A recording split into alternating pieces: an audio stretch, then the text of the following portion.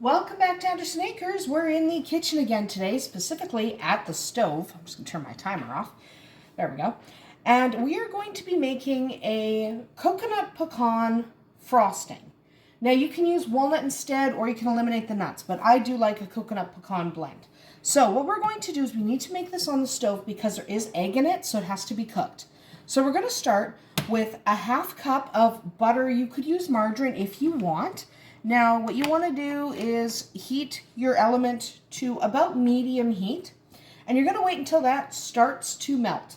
So that's going to take a couple minutes. So I'm going to actually time-lapse portions of this video just to make it a little shorter, because sitting here watching butter melt is not that much fun. So use butter if you've got it, margarine if you don't. And wait for it to be at least half melted over medium heat. Time-lapse time.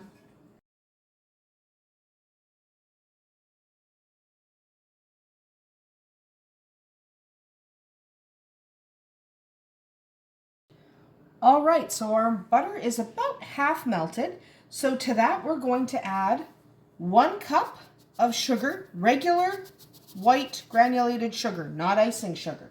Okay, we do not need icing sugar in this recipe. Take your whisk and kind of give that a little bit of a stir.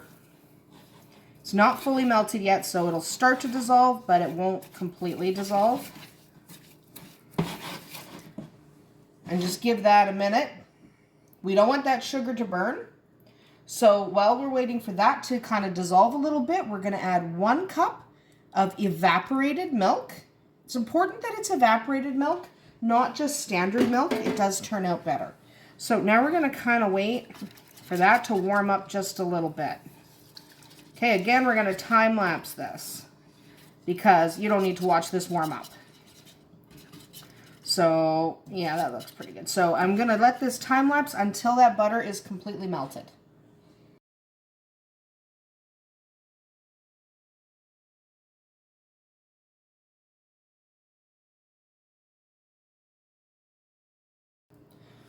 All right, our butter is pretty much melted. So now we're going to add, this is actually egg. This is 3 eggs that I've beaten up. And what you're going to do is they have to be beaten. So they have to be scrambled before you put them in there, because if they're not, they're just going to cook. So the thing with adding the eggs is it's very possible that they'll start to cook. So you have to actually be moving your mixture. So you have to be stirring while you add the eggs, and then you have to continue to stir until this mixture starts to kind of bubble and boil. As soon as it gets kind of bubbly, you got to pull it off that heat. All right, so that is what we're going to do. We're going to add the eggs. Sorry, I'm just reaching over here. But we're going to add the eggs, and then as soon as that mixture starts to bubble, we will pull the mixture off. But I'm going to keep mixing. So I'm going to mix as I slowly add the eggs. You need to keep those eggs moving, or they'll turn into scrambled eggs, and you don't want that. Okay, you do not want scrambled eggs in here.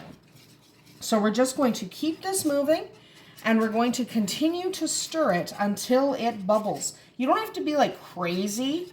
You don't have to be like rah in here, but you have to keep everything moving. So gently, you can kind of go back and forth, it doesn't matter. But you need to get those eggs cooked out. So we're just going to do this until it bubbles. Okay, so I'm going to time lapse that because again, that'll take a few minutes. So we're just going to time lapse, but we're going to continue stirring pretty much the entire time because we don't want chunks of egg floating around in our frosting. So let's time lapse, but keep stirring.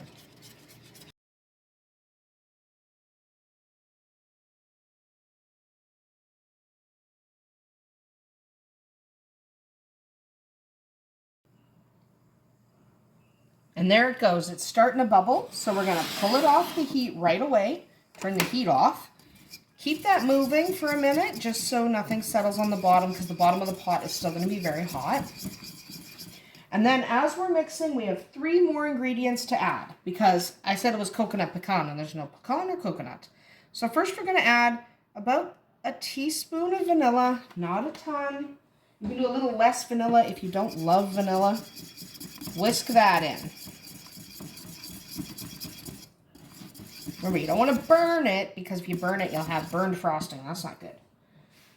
You're also going to want about a cup or so of chopped pecans or chopped walnuts if you'd rather do walnut. They tend to be pretty interchangeable in recipes.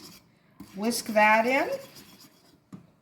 And then you're going to want a cup to a cup and a third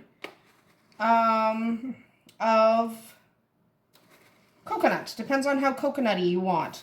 So you want a nice flaked coconut. Get that mixed in. Make sure it's nice and dried. You don't want to use fresh coconut for this. So you want a nice dried coconut. There we go. And that is literally your frosting. Now it has to cool. It's obviously way too hot. So what you want to do is let this cool completely before you use it. But once it's cool, it'll be a delicious, easy to work with frosting. That'll be actually a lot of fun. So again, let this cool completely because you never use a hot frosting. So just let this sit out, let it cool down, and then you can use this on any cake you like. I like this on chocolate cakes, but you can, of course, use it on a white or yellow or really any cake you like at all. So that is a bit about it for us here today at Andersen Acres. I hope you liked making a coconut pecan frosting with us today. Make it yourself. It's really easy. I know it seems like it's a little bit annoying because you're on the stove and you have to wait for things to come to a bubble. But you know what? It doesn't really take that long. I did time lapse it, so it takes longer than the video. But it's really a delicious, easy to work with frosting. I mean, obviously it's very loose right now because it hasn't cooled. But once it cools, it's really easy to use. So give it a try. I'm sure you'll like it as long as you like coconut and pecans. Remember, you can sub out with walnuts. But that's about it for us here today. We'll see you tomorrow.